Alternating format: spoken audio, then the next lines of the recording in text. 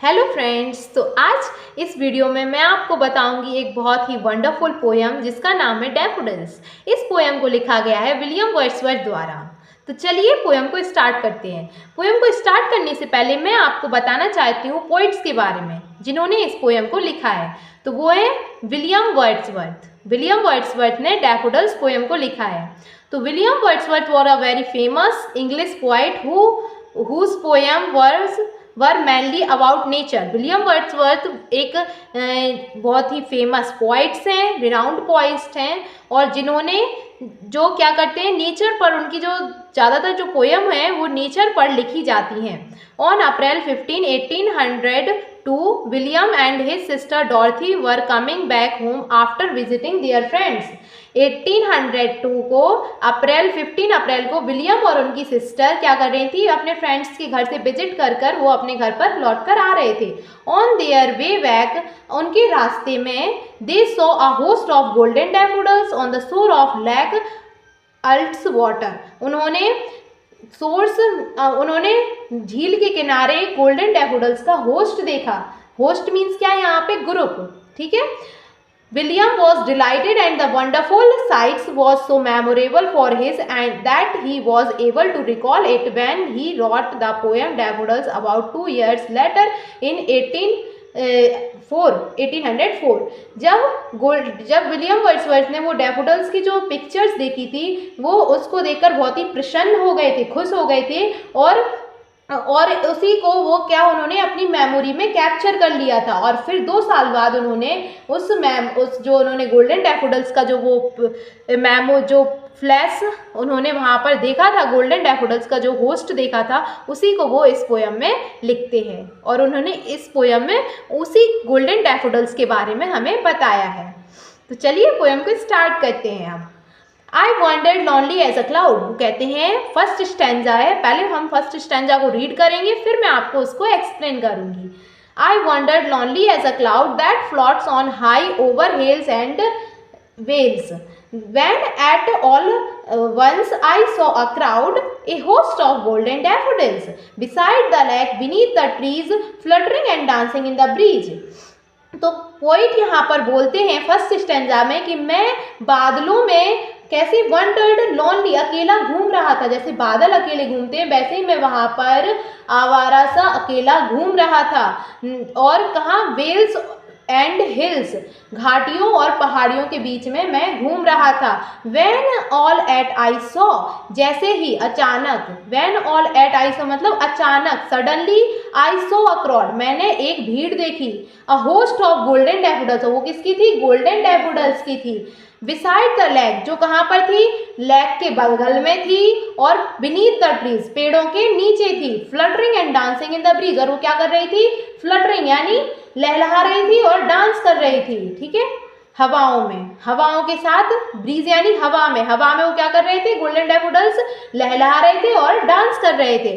Continuous as the star that shine, जैसे कि अब हम नेक्स्ट पैराग्राफ, नेक्स्ट स्टैंजा में आते हैं। Continuous as the stars that shine and twinkle on the Milky Way, they stretched in never ending line along the margin of a way, 10,000 saw I at a glance, tossing their heads in sprightly dance।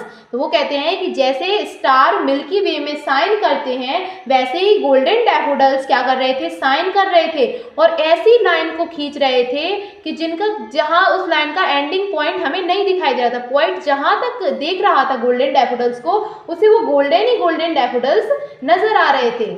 मतलब उनका कोई भी ending point point को नहीं दिखाई दिया। वहां वे पर जो मार्जिन ऑफ वे थी, जो वे लेक था जहाँ पर गोल्डन डैफोडिल्स थी, वहाँ पर उन्हें कोई भी एंडिंग पॉइंट गोल्डन डैफोडिल्स का नहीं दिखाई दिया।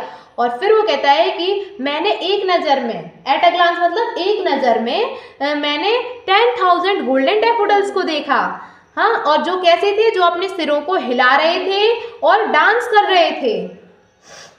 लिवली यानी स्प्राइटली यानी होता है लिवली, ऐसे लहलहाते हुए तो सिरों को हिला रहे थे और डांस कर रहे थे। The waves beside them danced what they, अब हम अब हम फर्दर स्टेंजा में आएंगे। वो बोलते हैं the waves beside them danced but they outdid the sparkling waves in glee. The poet could not but be gay in such a jocund company. I gazed and gazed but little thought what wealth हाँ, तो इस stanza में वो हमें बताते हैं the waves beside them danced but they outdid the sparkling waves in glee. और जो लहरें थी वो भी क्या कर रही थी, डांस कर रही थी। और क्या वो लहरें कैसी थी, मनोरंजक दिख रही थी। जैसे वो बहुत ही खुश लहर थी, वहाँ पर जो गोल्डन डैफोडिल्स लगा हुआ था उसके बगल में जो लेक था उसकी जो लहरें थी वो भी कैसी लग रही थी, डांस करती हुई, और खुशी उनकी दिखाई दे रही थी उन लहरों में। A poet could not but be gay in such a jocund company. अब पोइट यहाँ पर कहता है कि इस स्थिति में, ऐसी स्थिति में पोइट कुछ भी नहीं कर सकता है, क्या, केवल उस जॉकंड कंपनी का एंजॉय करने के अलावा। जॉकंड कंपनी यानी चीरफुल, जो वहाँ पर जो ब्यूटीफुल जो दृश्य उनको देखने को मिल रहा था पोइट को, उसको देखने के अलावा पोइट वहाँ कुछ भी नहीं कर सकता है। I gazed and gazed but little thought. अब वो कहते हैं कि मैं उनको घूरता रहा, गेज यानी घूरना, मैं उन डैफोडिल्स को घूरता रहा। फिर मैंने थोड़ा सोचा what wealth the show to me had brought. इन्हें घूरने से मुझे, मतलब इनको गेजिंग करने से मुझे क्या मिलेगा, ऐसा पोइट ने सोचा। तो अब ये हमारा लास्ट स्टेंजा है जिसमें वो हमें बताते हैं कि क्या हुआ। फिर उन डैफोडिल्स को देखते रहा, जब पोइट ने उन डैफोडिल्स को देखा और उनको जब वो देखता रहा तो फिर क्या हुआ, पोइट्स के लाइफ में क्या चेंजेस आए उस डैफोडिल्स को देखने से।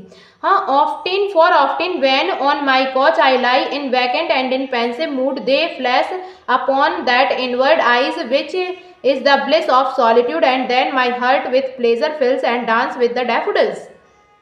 अब ये है हमारा लास्ट स्टैंजा। अब इसमें वो बोल रहे हैं कि अक्सर जब मैं अपने कोच पर बैठता हूँ, जब खाली मूड में, वैकेंट यानी खाली या पेंसिव मूड में जब मैं अपने सोफे पर बैठता हूँ तो मेरे आंखों में वही दृश्य, वो गोल्डन डैफोडिल्स का जो दृश्य है वो मेरी आंखों में आ जाता है, ये जो लास्ट स्टेंजा है हमारा, for often when on my coach I lie in vacant और इन पेंसिव मूड। अब पोइट बताते हैं कि जब भी मैं अपने कोच पर खाली मूड में या फिर वैकेंट मूड में या पेंसिव मूड, मतलब वही होता है एब्सेंट मूड, जब हम कुछ भी नहीं सोचते हैं, जब हम खाली बैठे हुए होते हैं, तो ऐसी स्थिति को हम पेंसिव मूड कहते हैं या वैकेंट मूड। तो पोइट कह रहा है यहाँ पे, जब मैं पेंसिव मूड में या वैकेंट मूड में अपने सोफे पर बैठता हूँ, दे flash upon that inward eyes. तो वो जो दे यहाँ पर डैफोडिल्स के लिए यूज किया गया है, दे वर्ड का, जो डैफोडिल्स की जो पिक्चर थी वो उनकी आंखों के सामने आ जाती है। Which is the bliss of solitude, जो उनके अकेलेपन के लिए क्या हो जाती है, एक वरदान की तरह हो जाती है। And then my heart with pleasure fills, और फिर मेरा जो हर्ट होता है, मेरा दिल होता है, वो कैसा होता है, बहुत ही खुशी से भर जाता है, प्लेजर यानी खुशी से, ठीक है। And dance with the daffodils, और डैफोडिल्स के साथ डांस करने लगता है। तो ये थी हमारी पोयम। आपको कैसी लगी आप कमेंट में ज़रूर बताना, और इस चैनल को लाइक और सब्सक्राइब जरूर करना। मिलते हैं नेक्स्ट वीडियो में, जब तक के लिए बाय बाय।